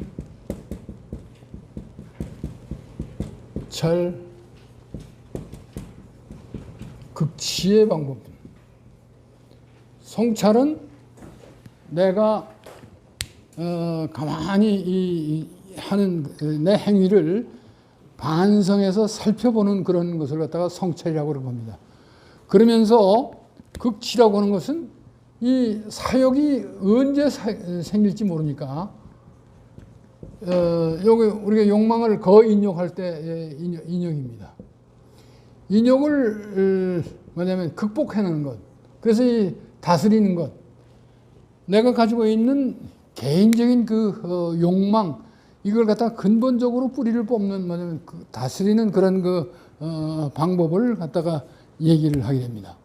그러면서 이 치라고 하는 건 안정시키는 건데 이 사역에 근데 이 사역 중에서 우리가 부산시장처럼 세격에 돼서 그만두는 경우도 많이 있습니다. 그 다음에 이 재물욕, 호색, 호화, 호명, 명예를 좋아하는 뭐냐면 이런 것들이 모두 사역이다. 내가 가지고 있는 이 욕망 속에서 내가 이것을 좋은 쪽으로 발전시키느냐, 그렇지 않으면 이것을 내 자기의 개인적인 욕망, 호색, 호화, 호명, 이 전부 다 오늘날 다 해당되는 뭐냐면 이런 얘기입니다. 그러니까 관직이 있는 사람들이 요새 미투 운동에 걸려서 뭐냐면 이것이 폐가망신하는 경우도 있고, 그 다음에 요새 오늘 이렇게 뉴스 보니까 서울시장이 벼랑간 이 세상을 떴어요. 근데 어제는 뭐냐면 마치 뭐 비서하고 어떻게 놀아나가지고 된 것처럼 이렇게 돼서 이 고인을 어떻게 좀 그렇게 잘못 보이는 게 아닌가 하는 생각이 듭니다. 부산시장은 분명히 호색 때문에, 그다음에 뭐 안희정 같은 사람들도 뭐 이 때문에, 그러니까 이 공직자들이 범하기 쉬운 그 사욕, 개인적인 그 욕망 때문에 그렇기 때문에 왕양명은 그런 것을 근본적으로 막는 이 극치하는 것인데, 그건 성찰 자기 자신을 잘 살펴봐야만 됩니다. 그래서 무슨 비유를 하냐면 온 정신을 마치 고양이가 쥐를 잡으려고 할 때 한눈 파지 않고 그 쥐구멍만 내내 이게 보고 있고, 그다음에 쥐가 짹짹한 소리를 갖다가 나면 나오는구나 하는 걸 갖다가 하기 위해서 온 귀를 거기다가 기울이는 것처럼 내 욕망이 조금이라도 싹 트면 그것을 근본적으로 잘라버리는 만약 그런 방법을 성찰극치라고 이렇게 얘기합니다. 그러니까 이 정좌에서는 소극적인 방법이라 한다면 이 성찰극치는 상당히 적극적인 그런 방법이라고 할 수 있습니다. 이것이 나중에 50세가 되면서 치양지사상으로 또 발전이 된 것입니다. 이 성찰극치가 치양지사상으로 발전이 되어가지고 이 지행합일이 결국은 끝에 왕양면 끝에 가서는 치양지사상으로 종결이 된다고 그렇게 볼 수 있습니다. 그러니까 왕양명의 사상은 지행합일, 그 다음에 양지, 그 다음에 또 환경을 중시하는 그의 그 대학 문해 사상이 있고, 그 다음에 사구교가 있고, 그 다음에 그 친민, 대학을 다시 해석하는 친민 사상이 있습니다. 신민이 아니라 친민 사상입니다. 바로 그러한 것들이 왕양명의 핵심적인 사상인데 다 용장 이후에 깨달은 다음에 전개했던 그런 사상이라는 것을 알 수가 있습니다. 그러니까 여기에서 북경 강학에서 정자를 가르쳐 67페이지에 선종의 좌선 입정으로 오해했는데 그것을 다시 그 68페이지에 천리의 마음을 체득해서 도를 깨우쳐 주었다. 그러니까 구체적인 실천상에서 공부를 하는 것이다. 그래서 명경을 얘기했지만 이 회시의 추동각이 있었고, 추동각이 아까 얘기했듯이 흥운항 존화의 사건이 폭발했을 때 반대해서 좌천됐다고 하는 감옥에 갇히기도 하고 했다고 했습니다. 그 다음에 이 미발 이발론과 채용론을 갖다가 얘기했다. 그래서 이 미발 이발론이 또 굉장히 그 주자학도 그렇고 양명학도 그렇고 굉장히 중요한 철학적인 논제가 되는 것입니다. 그래서 이발이 뭐고 미발이 뭐냐 하는 그 논쟁을 뒤에 양명 후학들이 하게 되는데, 미발, 이발 그 문제입니다. 그래서 요 시임체가 있다면 이발은 시임용입니다. 그래서 채용이 일원, 하나의 근원이라고 하는 입장이 왕양명의 기본적인 입장인데, 미발이라고 하는 말은 뭐냐면 중용에 나오는 얘기입니다. 중용에 희노, 애락,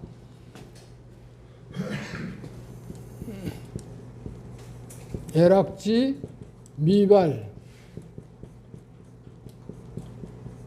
위지, 중, 그 다음에 발이 개, 중절, 위지, 화. 그래서 이 중과 화의 문제입니다. 중화의 문제. 그러니까 우리가 중화라고 할 때 이 정감의 문제입니다. 희노애락. 희노애락 했을 때 기뻐하고 성내고 슬퍼하고 즐거워하고 하는 그러한 정감이 아직 발동되지 않은 것. 이 발이라고 하는 것은 필발, 꽃이 만발했다 했을 때 이 발의 그 발자입니다. 만발했다는 것은 다 피어난 것을 만발이라고 합니다. 미발은 아직 꽃이 피어나지 않는 그런 걸 미발이라고 얘기합니다. 마찬가지로 우리의 정감 속에서도 아직 표현이 되지 않는 그러한 정감을 우리는 미발이라고 얘기합니다. 그러니까 마음 속에 본체로서는 있지만 아직 드러나지 않는 그런 것입니다. 근데 발은 발동이 돼서 피어나서 모두 절도에 다 들어맞는 것, 중이라고 하는 것은 여기서 이 우리나라 양궁 선수들이 요 10점 만점에 이 10점짜리만 탁탁 들어맞습니다. 그러니까 이 들어맞는 걸 갖다가 뭐라 하냐면 적중한다 하지 않습니까? 꼭 들어맞는 걸 갖다가 우리는 적중한다. 그러니까 중절이라는 것은 절도에 꼭 들어맞는 것. 이 절이라고 하는 것은 이 대나무 이렇게 있으면 대나무마다 이렇게 마디가 있습니다. 마디. 그러니까 것이 있다. 그러니까 인생도 사실은 이렇게 보면 마디가 있습니다. 그러니까 내가 초등학생 시절에 6학년을 마치는 것, 그것이 한 마디입니다. 그 다음에 중학교를 마치는 게 한 마디고, 고등학교 마치고, 대학을 마치고 하는 그때마다 마디가 있습니다. 그때마다 내가 하는 행위, 내가 생각하는 것이 딱딱 거기에 들어 맞았을 때 우리는 그것을 화라고 이렇게 부릅니다. 화라고 해서 어울린다. 그리고 이 중이라고 하는 것은 뭐냐면 알맞다. 되게 우리나라 사람들은 그냥 중을 그냥 중으로 해석해버리지 이 알맞다거나 어울리다 이렇게 해석을 하지 않습니다. 그래서 저는 이 뭐냐면 유교가 현대화되려면 이와 같이 용어 자체를 현대화로 만들어야 됩니다. 그래서 나는 중을 이것이 물론 속 깊다 하는데 속 가운데 이런 여러 뜻이지만 그런 표현이 되는데 안 되냐 하는 것은 바로 그 알맞게 표현이 되느냐 알맞지 않느냐 할 때 저는 알맞음이라고 중자를 갖다가 해석을 했습니다. 이거 하나의 해석이죠. 그러니까 그다음에 화는 하나의 어울림이다.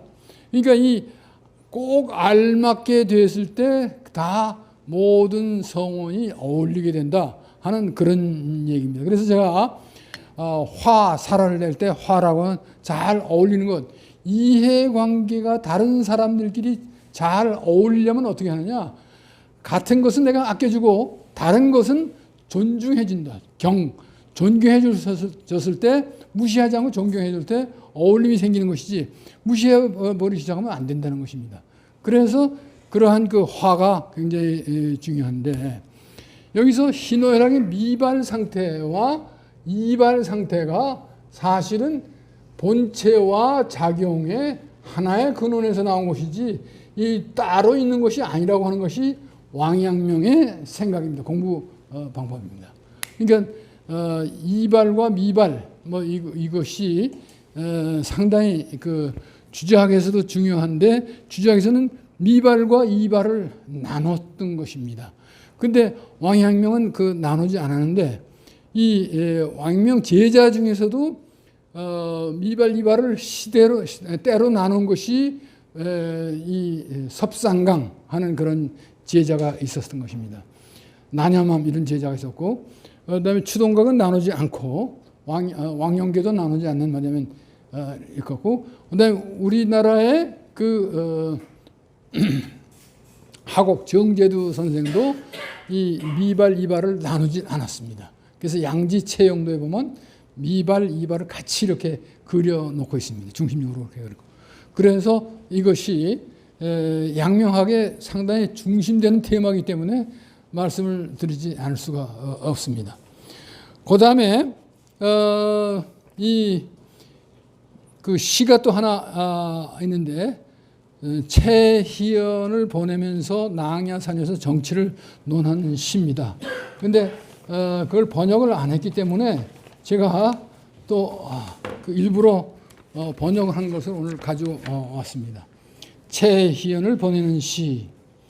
그래서 바람눈이 빈 벌판을 덮었는데 온갖 새는 얼어서 날개를 펴지 못하는구나. 외로운 기러기 역시 무슨 일인가. 기러기 기럭기럭 규규 찬 구름을 거슬러 가는데 어찌 이 호구지책을 재를 수 있겠는가. 홀로 가며 자기 무리를 찾는구나. 나에게 이르러 만종은 외눈질하고 나에게 다가오는 저수의 물가. 시골 사람을 같이 놀자고 청하는데, 시골의 사찰은 같이 놀자고 청하는데 봄산을 함께 기어오른다. 새가운이 그윽한 골짜기가 밝아오는데 나무를 베니 서쪽 개울에 땅거미가 지는구나. 맑게 갠 밤에 깊은 생각을 잠겨 정이 든 창에서 기이한 문장을 가지고 놀고 적막한 경치는 새로운 깨달음을 즐기는데 보잘것없는 말은 소문나기를 기뻐하며 쓸쓸하게 대를 끊고 내려가는데 이 뜻은 어찌 논할 수 있으리요. 그래서 이거는 제가 사전 찾아가면서 억지로 그냥 막 이렇게 여기에 그 먼저 번에 그 없기 때문에 제가 그냥 뭐냐면 번역을 한번 해본 겁니다. 달리 원문이 있으니까 달리 얼마든지 번역을 할 수 있습니다. 그리고 또 해보니까 또 원문이 또 틀린 것들이 많이 있고 다시 또 이렇게 보니까 그때는 이거 부지런히 준비하고 쓰느라고 못했습니다. 그리고 왕양명은 1514년 4월 21일 남경 홍려사경으로 임명되어 저주를 떠나 남경에 부임했다. 홍려사는 외국 사신을 접대하는 부부이며 사경은 그분의 관장에 해당한다. 장관에 해당한다. 왕양명은 저주에서 논일 때 수많은 제자들이 좌우에서 수반했고 강학을 했습니다. 그러니까 왕양명은 제자들과 함께 먹고 자면서 어떤 때는 왕양명 제자가 견해를 달릴 때 논쟁을 하였지만 쌍방은 조금도 섭섭해하거나 멀어지지 않고 오히려 더욱더 친밀해졌습니다. 그러니까 우리나라에서 이 학생들을 가르칠 때 학생들한테 아주 엄하게만 이렇게 하지 학생들을 이 길을 살려주면서 같이 하는 건 없었습니다. 그러니까 왕양면 학생들하고 같이 노래도 부르고 같이 술도 마시고 아주 기쁘게 강학을 했던 것이죠. 이 강학과 이 놀이를 일치시키면서 했던 것이 왕양명의 그 교육 사상입니다. 그러니까 어린이는 상당히 그 잘하는 싹이니까 그걸 갖다 북돋워야지 엄하게 해서 그걸 갖다가 벌을 하려고 하면 학생들은 선생을 왼수로 보고 교실을 감옥으로 생각한다. 왕양면 그렇게 봤습니다.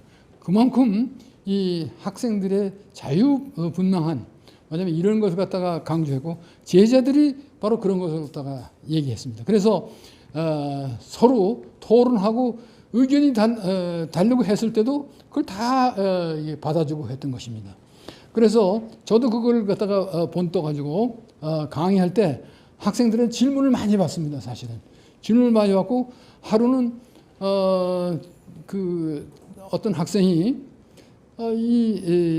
내가 강의를 하는데 옳다고 그냥 내가 얘기하니까 전부 다 따라왔습니다. 내 견해에 따라왔습니다. 부분 부정과 전체 부정이 있는데 나는 전체 부정으로 해석했고 한 학생만이 아닙니다. 이 부분 부정이 돼야 맞습니다. 이렇게 했는데 나중에 제가 다시 한번 읽어보니까 이 부분 부정이 맞는 거예요. 그래서 야 내가 틀렸다. 그리고 그 학생은 옳다고 얘기한 적이 있습니다. 그러니까 이것은 제가 그러니까 왕양명의 사상을 이 본떠서 이 개방적인 그러한 그 태도로 임했기 때문에 그렇게 할 수 있는 것이지 그렇지 않으면 내가 끝까지 누르고 아마 했을 겁니다. 그렇지 않고 왕양명은 그런 게 없습니다. 그러니까 진리를 위해서, 그러니까 참됨을 위해서는 자기의 생각이 틀릴 수도 있다고 하는 것은 늘 염두에 두고 했다고 하는 그런 것입니다. 그래서 이게 굉장히 중요하기 때문에 이 저주에서 여러 뭐냐면 친구들과 떠나는데 조의까지 배웅했지만 상당히 우리가 이 저주 기란에서 쭉 해서 보이지 않는데 저주까지 여기 있으면 좋을 텐데 그게 표시가 안 됐어요. 상세한 지도가 있기 때문에 거기까지 왔는데 이 서로 가지도 않는 거예요. 그러니까 그래서 그때 왕양명이 읊은 그 시가 있습니다. 그러니까 이 제자들과 떠나기를 참아하지 못했는데 이건 황제 명령도 어길 수가 없기 때문에 그것을 떠날 수밖에 없었던 것입니다. 그래서 뭐냐면 우리가 요순을 만나는 것처럼 그런 양지를 하면 나중에 서로 만날 수도 있다 하는 뭐냐면 이런 그 태도를 가지고 떠났던 것입니다. 그래서 뒤에 남경에서 강학을 하게 되는데 그 남경 강학이라면 써놓고 더 하지 못했습니다. 그래서 오늘 프린트를 가져와서 43세의 육징과 미발지중에 대해서 논했고 육징이 물었습니다. 미발지중에 대해서 편안하고 조용하게 마음을 간직하는 것을 정감이 아직 바라지 않는 미발중이라고 말할 수 있습니까? 이게 선생님이 대답. 오늘날 사람들은 마음을 간직하는 것은 오직 기운을 안정시킬 뿐 마음이 편하고 조용할 때 역시 기운만 편안하고 조용할 뿐이다. 그 미발지중이라고 해서는 안 된다. 그러면 아직 곧바로 알맞은 것은 아니지만 역시 알맞음을 구하는 공부가 아닙니까? 그렇게 하니까 단지 인욕을 제거하고 천리를 보존해야만 비로소 공부다. 조용할 때 생각마다 인욕을 버리고 천리를 간직하며 움직일 때마다 인욕을 버리고 천리를 간직한다. 그렇게 되면 점차 조용함을 좋아하고 움직임을 싫어하는 폐단이 생길 뿐만 아니라 중간에 허다한 병통이 단지 잠복해 있을 뿐이어서 끝내 끊어버릴 수가 없다. 이를 만났을 때 예전대로 더욱 만약에 편안하고 조용함을 주로 한다면 반드시 이치를 어느 때고 편안하고 조용하겠는가. 만약 마음이 편함과 그 조용함을 주로 한다면 역시 이치를 따르지 못할 것이다. 그래서 마음의 그 평안함과 미발지중이 관계를 논한 것입니다. 그래서 정자를 통한 도의 깨우침에서 성찰 극치의 공부로 나왔던 것입니다. 그러니까 성찰 극치의 공부는 어느 때고 사해를 둘 수가 없다. 마치 도적을 제거하듯이 깨끗이 쓸어버려야 하는 의지를 가지고 있었다. 그러니까 아무 일이 없을 때 호색, 호화, 호명 등의 사욕을 하나씩 찾아내서 성찰입니다. 반드시 병의 불의를 뽑아내어 영원히 다시 일어나지 않도록 해야만 비로소 시원해진다. 이 언제나 마치 고양이가 쥐를 잡듯이 눈을 집중하고 귀를 하나하나 모으고 듣고 있어야 비로소 한 생각이 싹부터 움직이자마자 사욕이 움직이자마자 곧바로 극복해 버릴 수 있다. 그래서 이러한 얘기를 하게 되고 이 성찰 극치를 하려면 먼저 입성해야 한다. 입성은 뭐냐면 여기서 입성은 잘못하면 한자를 쓰지 않으면 상당히 곤란한데 입성하고 틀립니다. 그러니까 이게 아니고 참됨을 세워야 된다. 이 공부를 해야만 그다음에 성찰 극치가 제대로 잘 될 수 있다 하는 말하자면 이런 얘기를 하고 그다음에 한 걸음 더 나아가지고 왕양명은 치양지를 얘기하면서 사상 마련을 얘기합니다.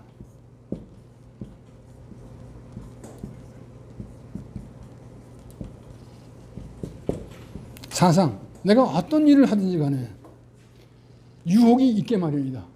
그렇게 했을 때 마련, 갈고 그 쇠붙이에 달구듯이 갈고 내 자신을 시련을 통해서 이 양지가 발휘되도록, 그러니까 내 마음의 양지가 발휘되도록 하는 것이 사상 마련입니다. 내가 어떤 일을 하든지 간에 그런 사상 마련을 해야 된다고 하는 것이 바로 이 북경 강학 시절에 생기게 된 것이다.